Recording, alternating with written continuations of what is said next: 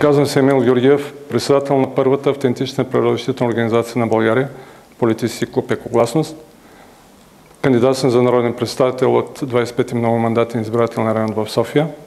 Имам висше образование.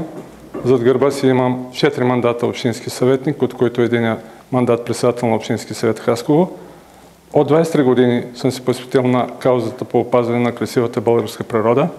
Моя девиз е за екологична чистота в околната среда и в душите на хората.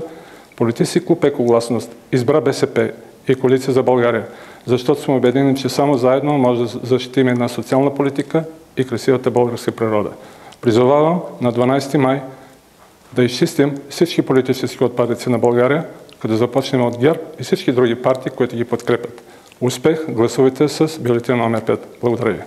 Да върнем България на хората. Свободна, перспективна, социална. Коалиция за България с номер 5 в интегралната бюлетина. Купуването и продаването на гласове е престъпление.